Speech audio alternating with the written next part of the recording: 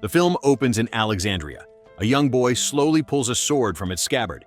As he carefully examines it, the sword's owner, Batiatus, snatches it back and seizes the boy, accusing him of theft. The man harshly declares that in Alexandria, the penalty for thieves is the removal of their hands. Batiatus drags the boy outside and roughly throws him into a large pool of water. Facing the man's drawn knife, the boy tearfully swears he is not a thief. He had only wanted to look at the sword. Seeing the boy's determined gaze, Batiatus's demeanor softens. He tells the boy to return in 10 years, and he will give him a sword of his own. Just then, Ambrosinus, dressed in a flowing white robe, appears. The Roman commander, without much explanation, simply orders Ambrosinus to take the boy away. A nearby shirtless man attempts to challenge Ambrosinus, but is quickly overpowered and thrown into the pool himself. Meanwhile, the commander notices a distinct mark on Ambrosinus's chest. Seeing the mark, the young man who was earlier thrown into the pool grows enraged, picks up a stone, and hurls it at Ambrosinus. Ambrosinus takes the boy, Romulus, back to the palace, where Nestor urges them to leave quickly. Romulus asks Ambrosinus who Odoacer is, and Ambrosinus explains that Odoacer is the leader of the barbarians. Odoacer's current presence is not accidental. He claims to have fought alongside the Romans for the past 10 years, supporting their rule, and now demands a third of Italy as compensation. Clearly, Odoacer's terms are non-negotiable. At that moment, Orestes, Romulus's father, appears. He immediately chastises Ambrosinus for taking Romulus out without guards. Ambrosinus, observing Orestes' nervous expression, insists he was merely taking Romulus for a walk because the weather was pleasant. Orestes remains furious, as Romulus is due to be crowned the following day. The next day, Romulus stands in the middle of a carriage and arrives before the main hall, watched by thousands of people. In the crowd, he sees Aurelianus, the man who had accused him of theft and threatened his hand just the day before. Today, Romulus is to be crowned the youngest king of Rome. Yet, Romulus feels no joy. He wonders how long he can possibly survive at the pinnacle of power, noting that 5 emperors have been assassinated in the past 5 years. After the coronation, Romulus asks his mother who would try to harm him. Ambrosinus states it would be Odoacer, the barbarian leader.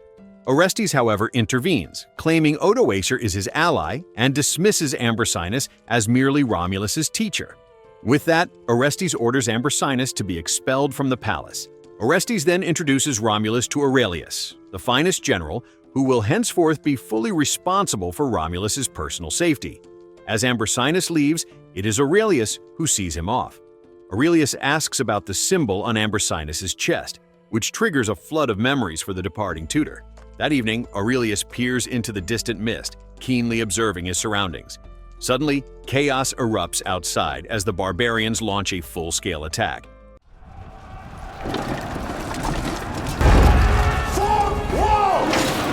The barbarian army reaches the city gates, and Aurelius leads the defending soldiers in a relentless, desperate battle.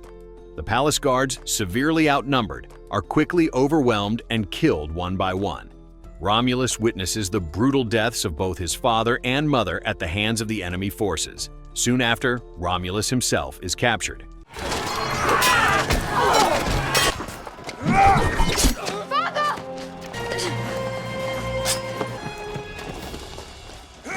At dawn, Aurelius wakes up and hears the distant cries and sounds of violence from the city. He makes his way to Nestor's residence. Seeing Aurelius covered in injuries, Nestor eagerly asks for news of the young emperor. Aurelius tells him that Romulus's parents are dead, and his own soldiers have also perished. He demands to know what is happening. Nestor, however, only knows that some of Aurelius's soldiers are still alive, but are about to be executed as a warning to anyone who opposes Odoacer. Meanwhile, in the palace, Odoacer sits upon the throne and receives an emissary from Constantinople. Odoacer declares that Rome has been taken and hopes the Emperor of Constantinople will recognize him as the sole ruler of Roman sovereignty and lands. The emissary replies that he is merely the emperor's eyes and ears and cannot grant such recognition. After the emissary departs, Romulus is brought before Odoacer. Wulfila, Odoacer's fierce aide, reminds Odoacer that Romulus has Caesar's blood flowing through his veins and suggests he must be killed for Rome to truly perish. Just as Odoacer is about to strike the fatal blow, Ambrosinus arrives alone at the palace. Ambrosinus states that a city may be won with blood, but it requires a wise man to govern it. Hearing this, Odoacer sheaths his sword. He then questions Ambrosinus about his true identity. As a result, Romulus and Ambrosinus are exiled to the isolated island of Capri, with Wulfila appointed as Romulus's guard. The island is a natural fortress, surrounded by sheer cliffs on 3 sides, with only one accessible landing place. The island is heavily guarded, making escape seem nearly impossible. That night, Aurelius and Nestor return to the palace to assess the situation. A soldier appears, the emissary from Constantinople, who informs them that Romulus has been exiled to the island of Capri. Upon hearing this, Aurelius immediately decides to rescue Romulus, but Nestor warns him that the island is a natural fortress. Despite the danger, Aurelius insists on taking the risk. The next day, they prepare for the perilous mission. The emissary's guard from Constantinople will join Aurelius's small group. Before heading to the island, Aurelius must first rescue his captured soldiers. On the boat journey to the island, Romulus begins to miss his parents. Ambrosinus tells him everyone has their own destiny. Just then, a raven lands in front of them. Ambrosinus remarks that he forgot to feed it, and Romulus finally realizes that the bird's appearance was all part of Ambrosinus's deliberate plan. Aurelius wakes up and realizes the emissary's guard is missing, finding the guards closed by the river. As Aurelius prepares to leave, he hears a noise from the water. He pauses and calmly watches the surface. Before long, a woman emerges from underwater. They stare at each other as the woman slowly stands up. It turns out the emissary's guard, Mira, is a woman. The group looks at the boat docked nearby, contemplating how to commandeer it without violence. They agree that if they approach together, they will surely frighten the boatmen. Mira removes her helmet and walks toward the boatmen.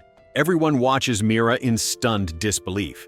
On the isolated island, Romulus deliberately enrages Wulfila and is nearly killed by him. After listening to Ambrosinus's counsel, Wulfila lowers Romulus, but instead hoists Ambrosinus into the air. Mira and Aurelius, traveling in a small boat, have now arrived near the island. From his hoisted position, Ambrosinus suddenly sees a significant sign he has been searching for. He shouts to Romulus, telling him to go to the temple and find what his ancestors left behind. Romulus runs in the direction Ambrosinus indicated and indeed finds a statue seemingly watching over him. Romulus presses the statue's eyes with both hands, instantly unlocking a mechanism beneath his feet. There, he discovers a statue of his ancestor, Emperor Caesar, tightly holding a sword. Whoever possessed this legendary sword would wield supreme power. Aurelius and Mira use a rope to begin climbing the cliff face to the island. From his vantage point, Ambrosinus sees the two climbing the fortress and focuses his attention on a nearby stone statue. When the guarding soldier wakes from his sleep, he finds that Ambrosinus has disappeared. Meanwhile, another guard spots Mira and Aurelius climbing the fortress wall. Ambrosinus quickly and effectively neutralizes the threat. Romulus soon emerges from the hidden passage, grasping the ancestral sword. He sees Wulfila, the man responsible for his parents' murder. As Romulus raises the legendary sword, Wulfila unexpectedly notices him. Ambrosinus expresses surprise that only Mira and Aurelius have arrived for the rescue, but they assure him that others will arrive later. Aurelius and Mira split up. Mira handles the remaining guards, while Aurelius heads to the temple to find Romulus. Soon, the rest of the small rescue party successfully climbs the fortress. Mira has already eliminated half of the island's guards. Just as Mira enters the temple, she sees Romulus appear, holding the sword. Romulus then leads everyone to escape through the island's sewer system. Aurelius urges Mira to take the others and leave while he stays behind to prevent the enemy from rushing the exit. After seeing everyone safely pass through the iron bars, Mira decides to return and fight alongside Aurelius.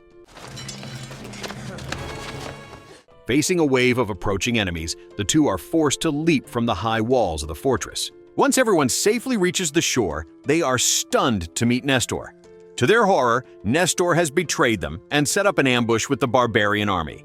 The ambushers begin shooting arrows at Romulus and the group. The few loyal guards beside Romulus desperately shield their young emperor, their final hope. Through their quick teamwork, they manage to escape the deadly trap once more. That night, the survivors gather to plan their next move. Aurelius decides they must seek help from the legendary 9th Legion in Britannia, far to the north. After an arduous journey, they finally arrive at the remote northern land. Ambrosinus excitedly embraces the soil of his homeland. However, when they reach the camp where the 9th Legion was last stationed, the scene is disheartening. The fortress is deserted, having clearly been abandoned for a long time. Just as they begin to despair, a group of people who look like farmers, yet wearing old armor, appear outside the wall. After introductions, Custennin asks Aurelius the purpose of their visit. Aurelius explains they are looking for the 9th Legion because Rome has fallen. He then asks Custennin what happened here. The man tells him the 9th Legion no longer exists, but Aurelius refuses to believe it. It is then revealed that they are the surviving soldiers of the 9th Legion, and Custennin is their general, Flavius Constantinus Marcellus. He explains that the Roman emperor abandoned them long ago, forcing them to shed their armor and fend for themselves as farmers. He warns them of a fierce warlord named Vortgyn, who leads a brutal legion, often destroying nearby villages. Vortgyn already controls a kingdom in the south, and now seeks to rule all of Britannia. The only reason the former legionaries have been spared is that Vortgyn dismisses them as mere farmers and no threat to his ambition. Meanwhile, Wulfila, tracking Romulus, also arrives in Britannia. He finds Vortgyn and tells him about Romulus and the prophetic sword. Vortgyn agrees to a deal. When he finds the sword, he will give the boy to Wulfila as a gift, but the sword itself will remain his. In the forest, Mira and Aurelius spar, their bond deepening during their time together. Meanwhile, Ambrosinus takes Romulus to a hidden refuge and finally recounts his past. Ambrosinus reveals that Vortgyn put the mark on his chest, a ritual meant to extract the secret of the sword's location. However, the secret of the sword can only be known by those who possess true justice, so Ambrosinus fled. Romulus laments that he is a Caesar without a country and does not know how to fulfill the prophecy. Vortgyn soon arrives at the former legion's village and finds a young girl. He forces her to deliver a grim message. If they do not hand over Romulus and the sword, he will slaughter the entire village. The sight of dead children, placed as a warning, terrifies the villagers. Growing afraid, they unanimously demand that Romulus be handed over to ensure the village's peace. That night, the villagers burn the bodies, their eyes filled with sorrow and fear. They see Vortgyn as overwhelmingly powerful, believing resistance would be suicide, not revenge. The villagers ultimately decide that Romulus and his companions must leave, as this war does not belong to the village. At this pivotal moment, Romulus reveals his true identity as the last Roman emperor. Aurelius then addresses the villagers, stating that at dawn, he and his soldiers will prepare for battle. He welcomes any who are willing to fight alongside them as brothers, and for those who choose not to join, he offers his blessing as brothers nonetheless. At dawn, everyone prepares for the upcoming battle. The little girl hands Romulus a suit of armor, telling him it belonged to her brother. The group heads to the fortress and begins to fortify its defenses. Romulus seeks out Aurelius, who tells him to always remember that he is Caesar, no matter what. Aurelius stands on the city wall and sees a massive barbarian army emerging from the forest. The difference in numbers is vast, yet he holds firm. The battle officially begins as the barbarians charge. Neither arrows nor defensive fireballs can stop the onslaught. At this moment, Vortgyn's men spot Ambrosinus on the city wall. Facing the chaos, Romulus does not hide. He joins the fray with a dagger.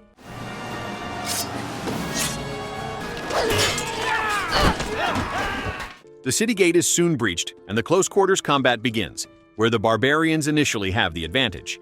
Just then, a group of warriors, the rest of the 9th Legion, appears in full gear, having chosen to fight. Seeing this, Aurelius's soldiers are invigorated. Vortgyn chases Ambrosinus to a massive burning tree. Ambrosinus approaches Vortgyn from behind but is unexpectedly discovered. They fight, and Ambrosinus gains the upper hand, tearing off Vortgyn's mask with his own hands. Feeling intense pain, Vortgyn is pushed into the sea of fire by Ambrosinus. Holding Vortgyn's mask, Ambrosinus declares to everyone on the battlefield that the tyrant Vortgyn is dead.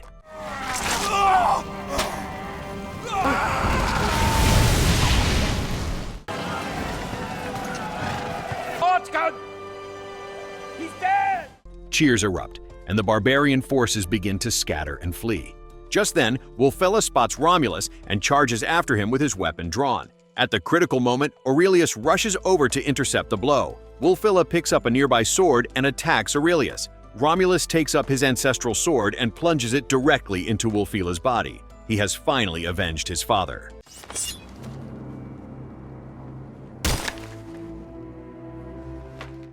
Finally, the rest of the 9th Legion also arrive on the battlefield. The barbarian army is utterly defeated and flees. Romulus reclaims his fortress, and with his young shoulders, he symbolically bears the weight of the entire Roman legacy. Many years later, Aurelius marries Mira, and they raise Romulus as their own son. Romulus becomes a wise and just king, and he marries the little girl Igraine, who had given him the armor. Ambrosinus also restores his original name, Merlin. From then on, the story of Romulus, the last Roman emperor who became a legend, is passed down through the generations. So, what did you think of the movie? Leave it in the comments below, and if you enjoyed the video, please like and subscribe for more movie recaps. See you in the next video.